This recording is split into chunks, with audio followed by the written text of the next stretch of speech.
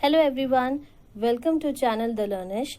Today we will study about respiration, which is of class 10 biology chapter life processes.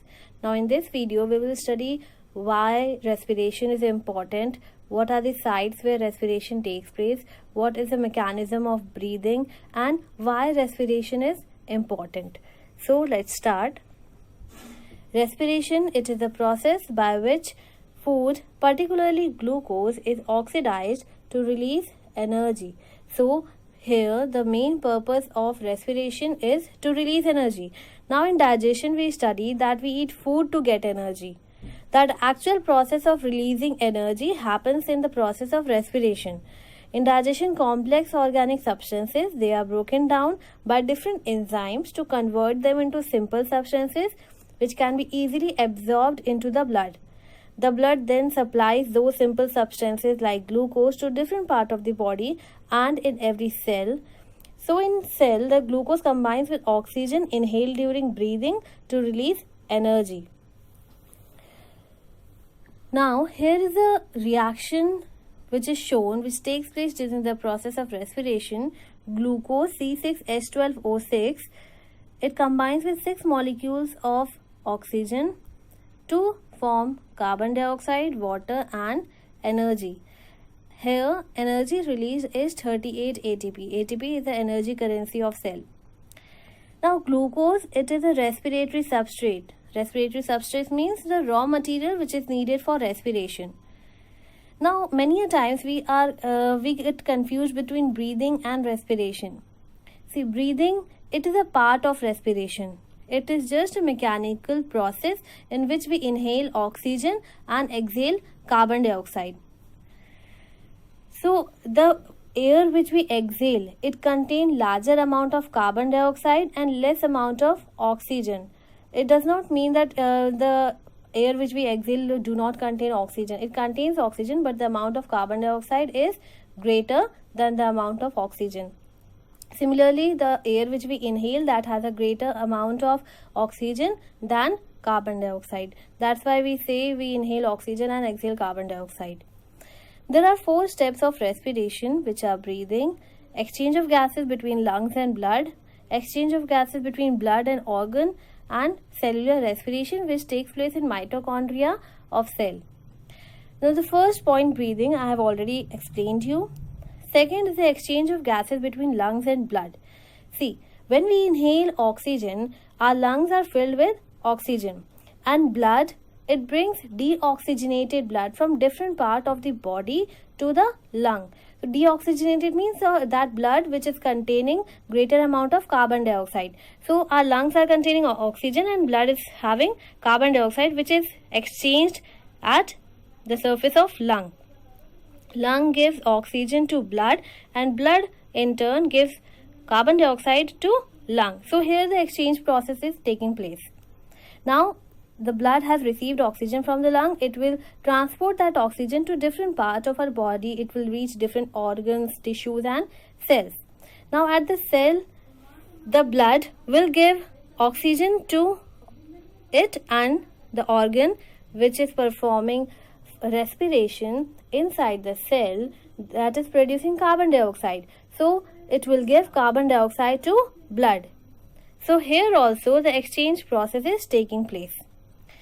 After this exchange process at the cellular level, last point is cellular respiration. Here the main breakdown of the glucose, here main oxidation of the glucose takes place to release energy. Now coming on to types of respiration, there are 2 types of respiration, which are aerobic respiration and anaerobic respiration. The respiration which takes place in the presence of oxygen is called aerobic respiration, and the respiration which takes place in the absence of oxygen is anaerobic respiration. In aerobic respiration, because there is presence of oxygen, it is taking place in the presence of oxygen, so the complete breakdown of glucose occurs. Here, while in anaerobic respiration, incomplete breakdown occurs because there is absence of oxygen. Now in anaerobic respiration, end product is carbon dioxide, water and energy, while Anaerobic respiration produces ethanol, carbon dioxide, and energy. See, the energy produced in aerobic respiration is far more greater than the energy produced in anaerobic. As we can see here, it is 38 ATP, while in anaerobic respiration it is 2 ATP. This difference is because of the oxygen. Because in aerobic respiration, oxygen is present, respiration is taking place in the presence of oxygen. So complete breakdown of glucose is occurring and greater amount of energy is released. While anaerobic, due to absence of oxygen, incomplete breakdown is occurring and less energy is produced. Aerobic respiration, it occurs in cytoplasm and mitochondria. While anaerobic respiration, it takes place only in cytoplasm. No mitochondrial respiration takes place. Last is the reaction which takes place. Here we can see oxygen is there and 38 ATP is produced. No oxygen and only 2 ATP are produced. Here end product is CO2 and H2O, while here ethanol and carbon dioxide is produced. Anaerobic respiration is also called fermentation. Okay, because alcohol is produced during the process of fermentation. Now here is a flow chart which shows the process of respiration taking place in different conditions. First of all, the breakdown of glucose takes place in 2 steps. Okay, so the first step, which is the breakdown of glucose, 6 carbon molecule to pyruvate 3 carbon molecule, it takes place in cytoplasm of the cell. Here also energy is released. So this is the first step. Whether it is aerobic respiration or anaerobic respiration, the breakdown of glucose takes place into 3 carbon molecule, which is pyruvate. Now, according to the presence of oxygen, if oxygen is present, then this pyruvate from the cytoplasm, it moves to the mitochondria and then oxidation takes place where carbon dioxide, water and energy is released. But if oxygen is not present, then in yeast, what happens? Ethanol, carbon dioxide and energy are produced. Now, sometimes during vigorous exercise, when we do very vigorous exercise or suddenly we do lots of work, so we feel pain in our legs. So that is a muscular cramp which that is a muscular cramp which take place. That is because our muscles do not get enough oxygen for the activity which is taking place. कभी कभी बहुत ज़्यादा exercise कर लेते हैं तो फिर पैरों में दर्द होने लगता है. वो इसलिए क्योंकि जब हम एक्सरसाइज कर रहे होते हैं तो प्रॉपर ऑक्सीजन, जितना ऑक्सीजन मसल्स को चाहिए वो उन तक पहुंच नहीं पाता है. तो क्या होता है वहाँ पे, जो पायरुवेट होता है, पायरुवेट लैक ऑफ ऑक्सीजन में लैक्टिक एसिड और एनर्जी में ब्रेक डाउन हो जाता है. So there is an accumulation of lactic acid in muscle cell. तो हमारे मसल सेल में लैक्टिक एसिड एक्यूमुलेट हो जाता है, इकट्ठा हो जाता है, जिसकी वजह से हमको दर्द होता है. धीरे धीरे 2-3 दिन बाद वो अपने आप जब ऑक्सीजन सेल्स तक पहुंचने लगता है तो लैक्टिक एसिड चला जाता है, हट जाता है वहां से. So this is the process which is taking, this is the breakdown of glucose, how the energy is released in the presence of oxygen and in absence of oxygen. फिर से मैं बता दे रही हूँ, ग्लूकोज साइटोप्लाज्म में convert होता है pyruvate में. अब पायरुवेट में कन्वर्ट होने के बाद वो कंडीशंस देखेगा कि ऑक्सीजन है या फिर ऑक्सीजन नहीं है. अगर ऑक्सीजन होगा तो फिर ये पायरुवेट माइटोकॉन्ड्रिया में जाएगा और फिर वहाँ पे ऑक्सीडेशन होने के बाद कार्बन डाइऑक्साइड, वाटर और एनर्जी रिलीज करेगा. If there is absence of oxygen which takes place in yeast, ethanol, carbon dioxide and energy is produced.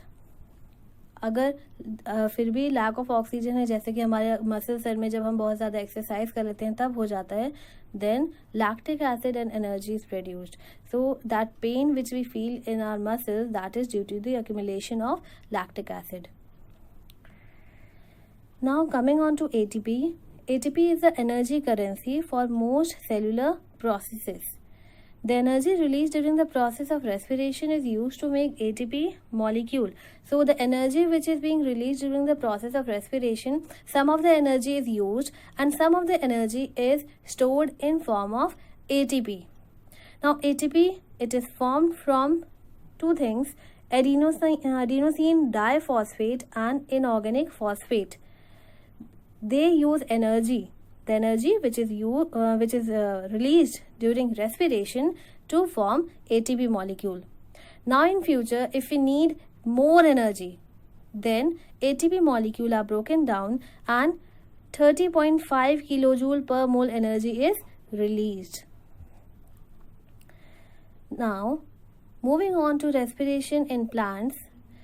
During cellular respiration, we have already discussed that glucose combines with oxygen to form carbon dioxide and water.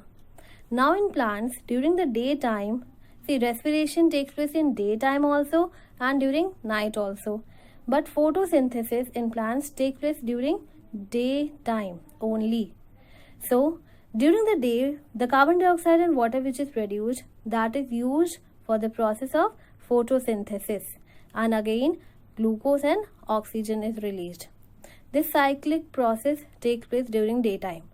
But during night in plants, the carbon dioxide which is generated during respiration is released into atmosphere, because during night photosynthesis will not take place. So the carbon which is produced during respiration, that is a waste product. So it is released into atmosphere.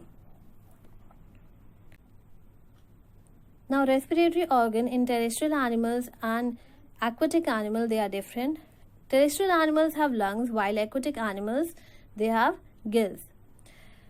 Now rate of breathing in aquatic animal is much faster than the terrestrial animal. Why? Because air, the atmosphere contains larger proportion of oxygen than it is present in water. So the dissolved oxygen, the oxygen present in water as a dissolved form is far less than the oxygen which is present in air. So that's why the fishes, they have a greater rate of breathing. They have higher rate of breathing so that more of the oxygen can be taken in. How it happens? The water moves to the mouth. From the mouth it moves to gills of the fishes, and then the dissolved oxygen is taken by the blood. The water having the dissolved oxygen, it is taken by the blood when it passes through the gills. Now coming on to human respiratory system, which is lung, it has two parts, conducting part and respiratory part. Conducting part starts from nostril, it moves to then nasal passage, pharynx, larynx, trachea, bronchi and bronchioles. Bronchioles, they end up into alveoli. The alveoli, they are the basic structural and functional unit of lungs. This is a diagram showing human respiratory system. The air first of all enters through the nostril and passes to the nasal passage. Now nasal passage is having hairs, numerous hairs and mucus, which helps in filtering the air from dust particles. The air then moves on to pharynx and then to larynx. Larynx is the voice box. It helps in producing voice. From the larynx, the air then moves to trachea. Trachea is supported by rings of cartilage so that if there is no air in the trachea, it may not collapse. After that, trachea is further divided into left and right bronchi. This bronchi goes on branching. Further branching takes place in bronchi and numerous small bronchioles are produced. Now at the end of the bronchioles, there are very small balloon-like structures which are called alveolar sac. They are small sac-like structures which when filled with air, they swell up and they contract and relax according to the air present in alveoli. This is a magnified image of alveoli. Here you can see the small balloon-like structures which are there. Below the lung, there is a dome-shaped structure which supports the lung. This is called diaphragm. Now, how the lungs are protected? Lungs, they are protected by rib cage.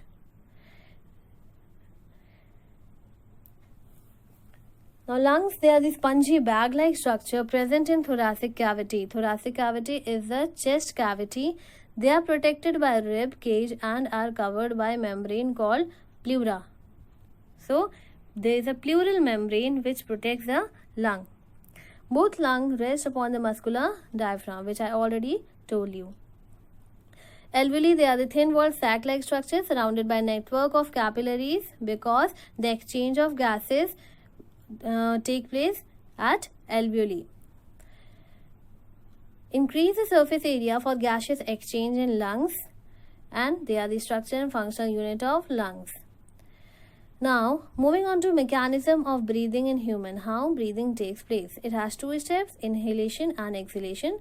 We know that we inhale oxygen and exhale carbon dioxide. For inhalation, the steps are as follows. First of all, the muscles of the diaphragm, they contract. So the contraction of muscles of diaphragm take place. Due to that contraction of muscle, the diaphragm becomes flat from dome shape. This change in the shape of diaphragm, it increases the thoracic cavity. This was the first thing. Now, the contraction of intercostal muscle will take place. Intercostal muscles are those muscles which support the rib cage. Due to that contraction of intercostal muscle, ribs will move upward and outward. As you can feel, when we inhale, our ribs move upward and outward, which creates a low pressure area inside the chest. As a result, lungs expand and air from the high pressure move to low pressure in lung. So there is a low pressure area created inside our lung, and air, it has a tendency to move from high pressure area to low pressure. So outside our body there is high pressure. It moves from high pressure to low pressure inside our lung. This was a basic step about inhalation. Now exhalation. Muscles of diaphragm relax. Now exhalation process, it is totally opposite of inhalation. Whatever things happened in inhalation, it will be totally opposite of that. In inhalation, muscles of diaphragm contracted. Okay, contraction took place, but here they will relax. As a result, the diaphragm come back to dome shaped. From its flat shape, it will come back to its original dome shape. This decreases the thoracic cavity, the chest cavity. Now, relaxation of intercostal muscle will take place, and due to that relaxation, ribs will move inward and downward. This inward and downward movement of ribs will create a high pressure area in the chest. As a result, lungs will contract. Air from high pressure area move to low pressure outside the mouth. So inside our lung, high pressure area is created, and outside our body there is a low pressure area. So now the air from the lung will move outside the body. This was all about exhalation. Now, how the transport of gases in blood take place? There are basically two gases, oxygen and carbon dioxide, which are moving in blood. So oxygen, the hemoglobin is a red color pigment present at RBC. RBCs have red color pigment which is called hemoglobin. That hemoglobin combines with oxygen to form oxyhemoglobin. This oxyhemoglobin carries oxygen from lungs to different tissues. This is how the oxygen is transported to different part of the body by oxyhemoglobin. Hemoglobin combines with oxygen to form oxyhemoglobin, and it is then transported to different part of the body. Carbon dioxide. Now carbon dioxide is more soluble in water than oxygen. So it is mostly transported in dissolved form in blood plasma. Apart from transportation in blood plasma, it is also transported as bicarbonates in blood. So carbon dioxide, it is transported in two forms, as bicarbonate, as a dissolved form in blood plasma, while oxygen, it is transported in form of oxyhemoglobin. So that was all about the process of respiration and human respiratory system. We studied about the structure and mechanism of respiration and breathing also. Thank you, and please like, share and subscribe my channel. Thank you.